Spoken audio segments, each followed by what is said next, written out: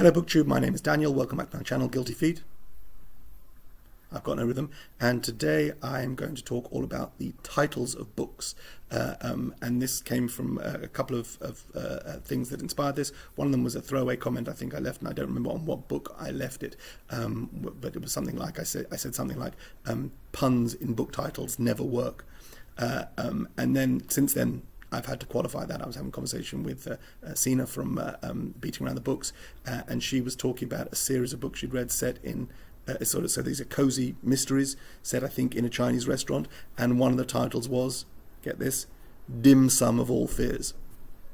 Now, I love a pun, so even though I was saying puns in book titles don't work, this is a punning book title which totally works for me and almost made me want to read the book.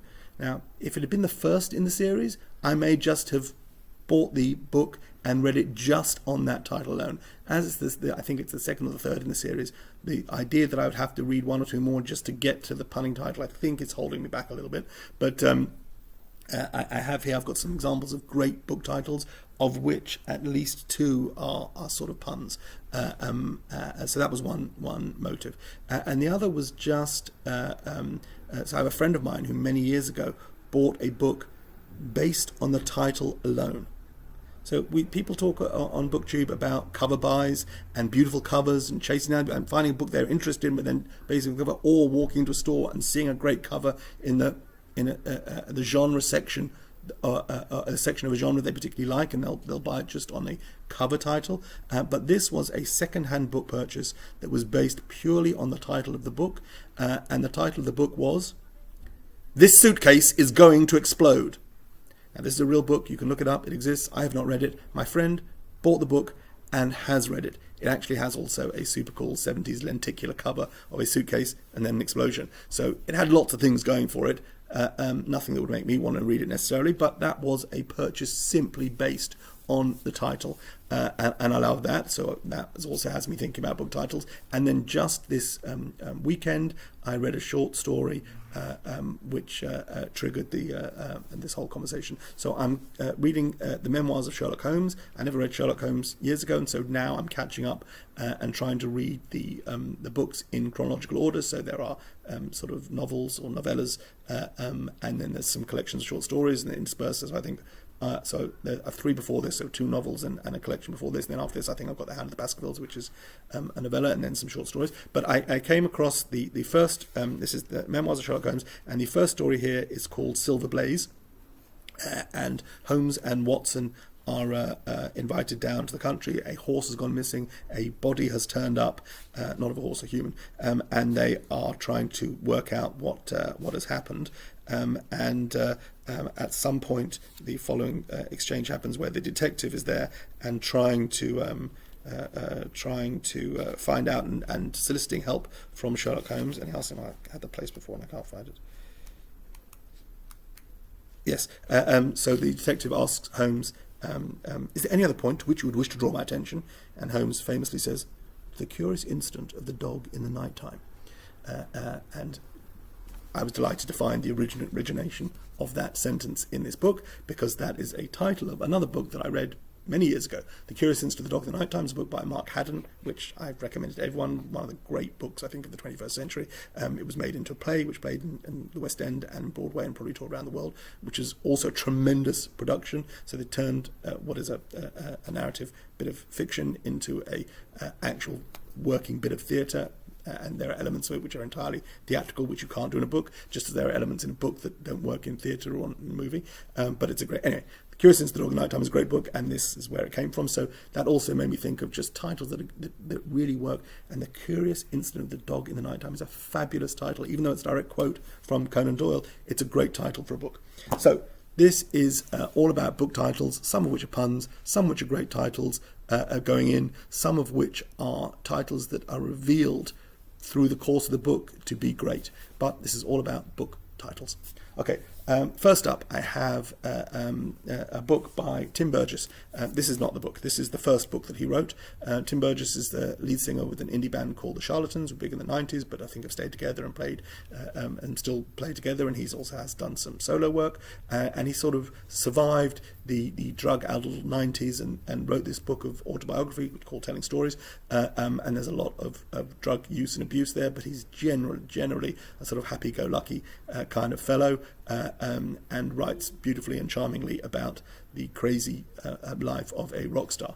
This was so well received and such success that Tim Burgess was invited to write another book. And he wrote a second book, which I have right here, which is all about his time collecting vinyl and traveling the world, both as a rock star and as a private. Wherever he would go, he loved collecting vinyl records, and he writes all, chasing that down and having that as his hobby and being a musician. Tim Burgess writes a second book. What is the perfect title for Tim Burgess's second book? Tim Book 2.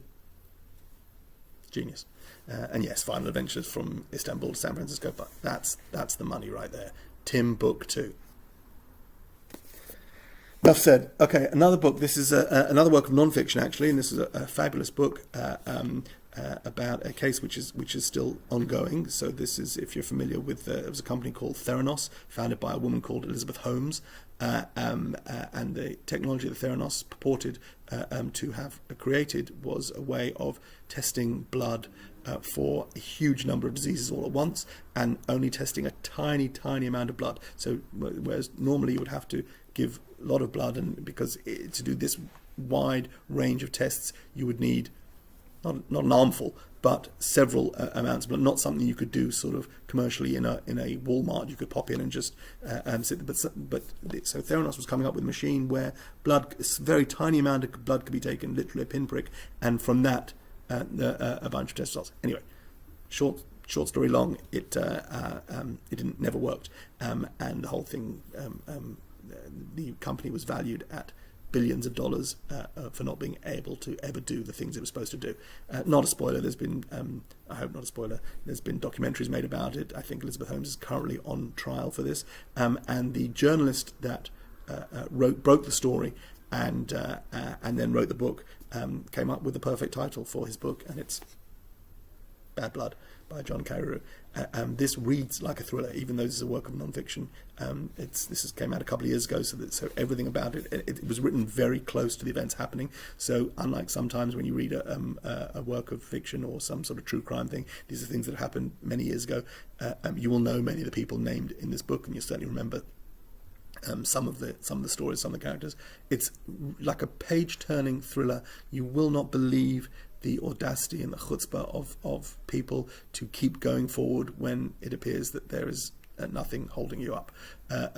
Brilliant work. I've read this, and my wife read it. I gave it to my father-in-law. He lent it to a bunch of people. It's now back in my library as a thoroughly beaten up and well-read paperback, which I love, and I'll happily lend it to anyone whoever comes to me and says, yeah, I'm looking for something really. You can read this on a beach, you can read this anywhere. It's absolutely page-turning, fantastic, and great title, Bad Blood. Another great title, and this is a kind of forgotten Booker Prize winner from the early 90s. So before, I guess, the Booker went global. I grew up in England, and the Booker Prize was kind of a big event in those days. It was only open to writers from the Commonwealth, and for some reason Ireland, even though Ireland wasn't part of the Commonwealth. So Great Britain, UK, and Commonwealth countries. Anyway, the Booker Prize is now global, and everyone knows about it. And Booker Prize winners have special tables in shops very all around the world. But back in the day, this was a winner in 1993. This is Roddy Doyle's Paddy Clark, Ha Ha Ha. And I've chosen this as the title because on first reading Paddy Clark, Ha Ha Ha, doesn't seem to make much sense, and just seems to be sort of Paddy Clark is the narrator of the book. He's a 10-year-old boy in Dublin in the late 60s, and Paddy Clark, ha ha ha, and you don't really know what's going on, and there is a kind of reveal towards the end of the book where you learn that Paddy Clark, ha ha ha, is part of a playground taunt, and I won't go beyond that, but it's a fabulous book.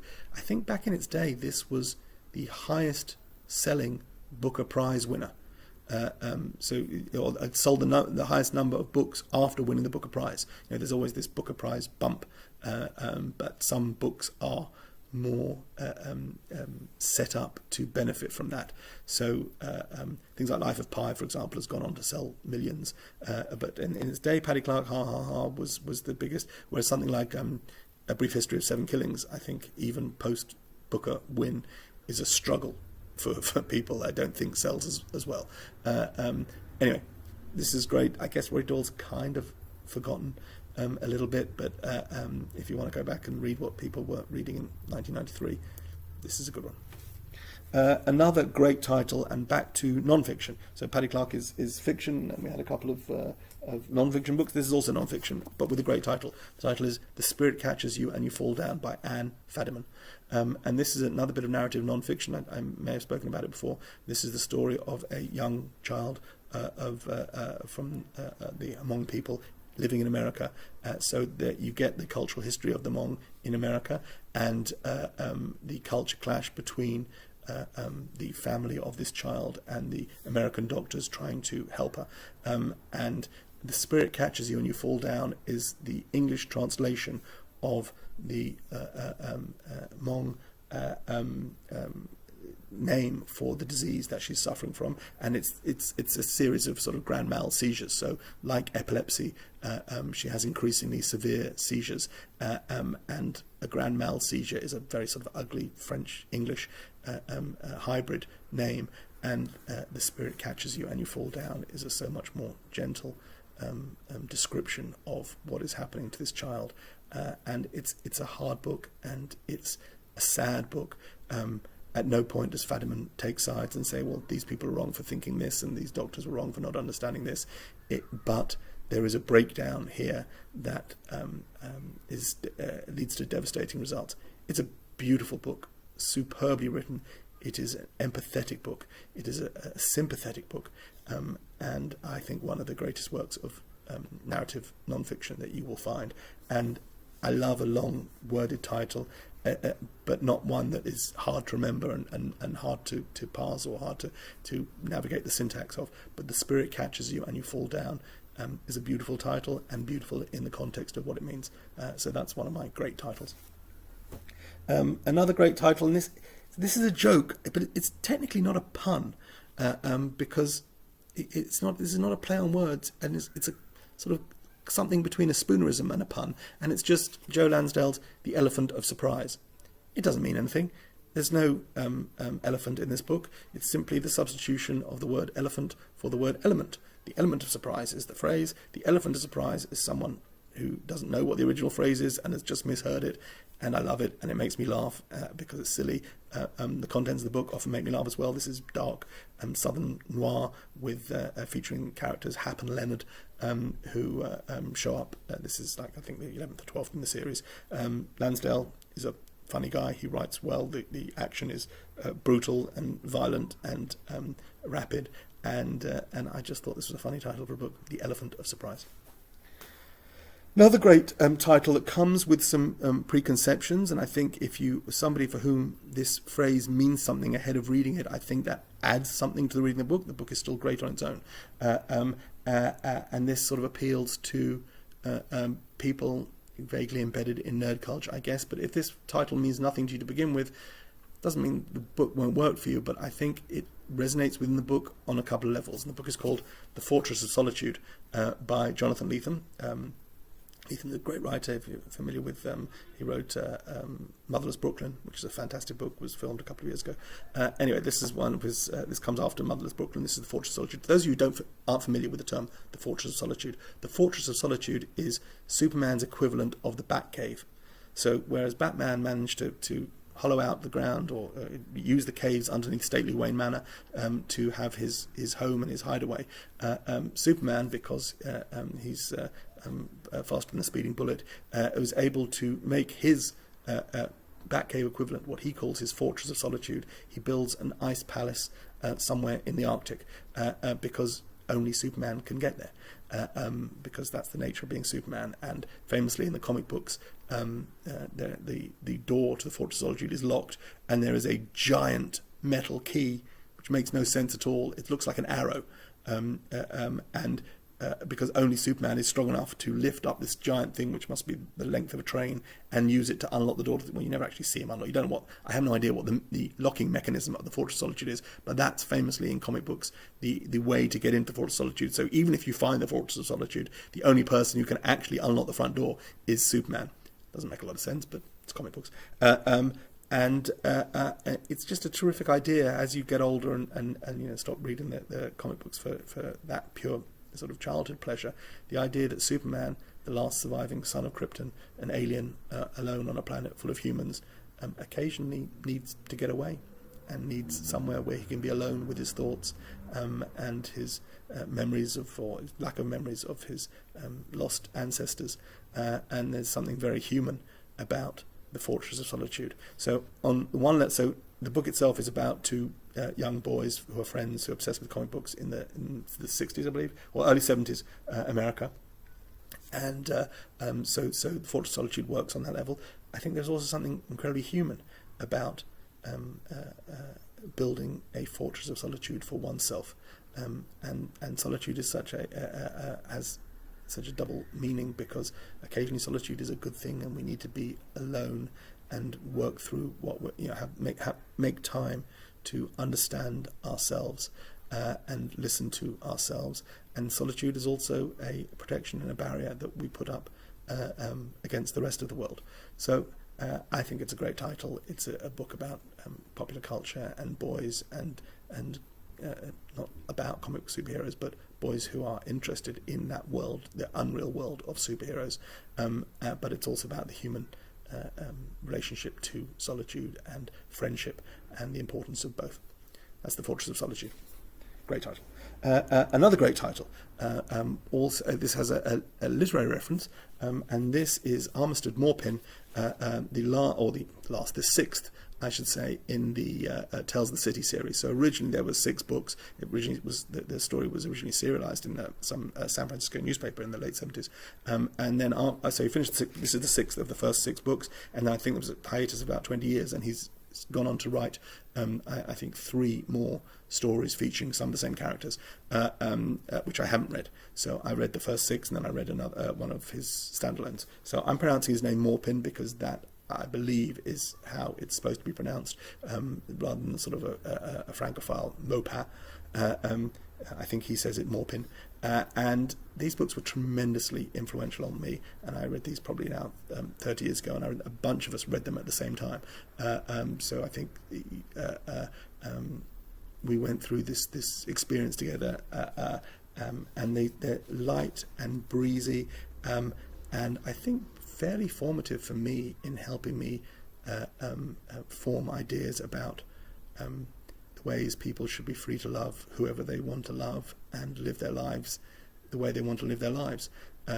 So I give these credit for helping me come to those conclusions and try to live my life accordingly. And although it's such a simple title, Sure of You, this is a book that where everything is revealed in the epigraph. What do you call it? The thing at the beginning of a book where there's a quote from something. Not the dedication. That's when you name people. Anyway, this is the bit at the beginning of the book where the title Sure of You comes from, and it's from A. Mills' The House of Pooh Corner. Piglet sidled up to Pooh from behind. "Pooh," he whispered. "Yes, Piglet?" "Nothing," said Piglet, taking Pooh's paw. "I just wanted to be sure of you." It's beautiful, and it's a fabulous book, funny and touching and wonderful. If you haven't read Armistead Maupin, you have absolute nothing but joy and happiness ahead of you. Start with Tales of the City and work your way through something very special. Another great title. And again, this was a title that, I guess like Paddy Clark, Ha Ha Ha, is revealed as the book unfolds. And this is The Bone Clocks, which sounds like it should mean something clever. And maybe other people reading this book immediately understood. Maybe The Bone Clocks is an expression that people understood going in. But I didn't. I just, I'd read David Mitchell before. This is a new David Mitchell. So I decided I'm going to read The Bone Clocks. And this is where Mitchell goes full bonkers. I think probably the first time. Like, there's elements of bonkers in lots of his books, and I think The Bone Clocks is full Mitchell bonkers, and I mean that in absolutely the best possible way. And there's a lot of issues here, a lot of, it's not supernatural, it's not the right thing, but sort of weird things going on, people who live outside of time and interact with time differently to everybody else, but then people grow old and go through time, and what is a bone clock other than a human? That's what we are. We are. We age, and the way you can tell how much time has passed is just us. We are all bone clocks, and as that became, I hope I haven't spoiled it for anyone, I don't think it's a spoiler, but it was something that revealed itself to me. That's what the title meant. It was all, despite all this sort of crazy supernatural going on, actually humans are bone clocks, and that sort of stark, disturbing but also kind of comforting way of looking at humanity through time kind of struck me. So I love the title, The Bone Clocks. I think it's smart, and if you straight away understood that a bone clock is a person, then good for you. I didn't, and so this was a sort of stealth treat, The Bone Clocks. Two more great titles for books, one non-fiction and one something else. So this may be more familiar to everyone, but just this is Say What You See. This is it does exactly what it says on the tin, and yet is still a perfect title for a book. So this is non-fiction, but this is a collection of stories, which are all non-fiction. These are case studies by the great Oliver Sacks, who was a neurologist, and this is probably his most famous title. And this is The Man Who Mistook His Wife for a Hat. And there's a sort of Magritte-esque Ceci n'est pas ma femme, from Magritte's Ceci n'est pas un pipe. Sorry, Ceci est ma femme. Est. No, that's not how French. Ceci est ma femme. Terrible French accent all the way through. I think just maintained absolute terrible French pronunciation from start to finish. So feel free to skip all that if that offends you. Anyway, the book is called that's the designer came up with that. The book is called The Man Who Mistook His Wife for a Hat, which is just a genius title. This is one of the case studies in here, and I guess I haven't read a lot of Freud, but I'm guessing that the name is a callback to some of the case studies that Freud put out. I think I may have got that wrong. If someone knows, all those stories that Freud published, where he changed the names but called different cases by the type of behaviour that was being observed. And this is literally a story about a man who is going through some kind of neurological mishap where he cannot tell the difference between his wife and a hat. Sacks is only ever the most human and understanding and brilliant observer of life and the way people respond to things happening, and none of this, although it is an amusing title and an amusing idea, none of this is played for laughs. No one is is ridiculed in any of these. These are real cases and real situations which can either be worked through and fade with time, or plans need to be put in place to help the person continue and live their life with this particular neuropathy. And each one of these is a fabulous story, empathetically told. So this is not for laughs, but they're entertaining because these people are real, and the choices they make and the choices they don't make are real and treated with generosity and kindness. So I love this, and I've read a bunch of Sacks's work. On the back of this is probably the first one I read. Highly recommended. Oliver Sacks, The Man Who Mistook His Wife for a Hat. Fantastic title. And the last one of these, my last great title, is a book that I bought, I think, simply because of the title. Partly also because I knew it was a graphic novel. So it was a great title. I knew it was a graphic novel. I like to read graphic novels, not just comic books, but actual books that are published as in graphic form. So there's a difference between reading an issue of Superman or Batman or Justice League or whatever, and then buying a collection, a trade paperback collection. Those are, people call them graphic novels, but they're really sort of just trades, collected editions of comic books. This is not. This is published by Jonathan Cape as a graphic novel, and based on that, and based on the title, I said, yes, I would like to read that, because this is the title. The gigantic beard that was evil. This suitcase is going to explode. The gigantic beard that was evil just seemed to me, and the picture, if you haven't paid attention up now, that is a man, and the gigantic beard that it was evil is written in his beard because it is gigantic, and we find out through the course of the book that it is also evil. This is by a chap called Stephen Collins. So I bought this. I didn't pay full price for this because this is a giant big hardback that's sold originally in the UK for £16.99. I would have bought this second hand or through the Amazon marketplace or somewhere, because £16.99 for a graphic novel, which I would read in an hour, no more than an hour, always seems to me like a lot of money to invest, especially because I was only going by the title. Probably a good thing, because the best thing about this book, the best thing about a book called The Gigantic Beard That Was Evil, is the title. It's not a great story. So it's about a man whose beard grows and grows and grows. Every time he cuts it, it grows back more, and I think eventually it takes over the whole town. Let's see if I can show you. Oh, there it is. There it is, coming out of his house, and I think the army are called in, and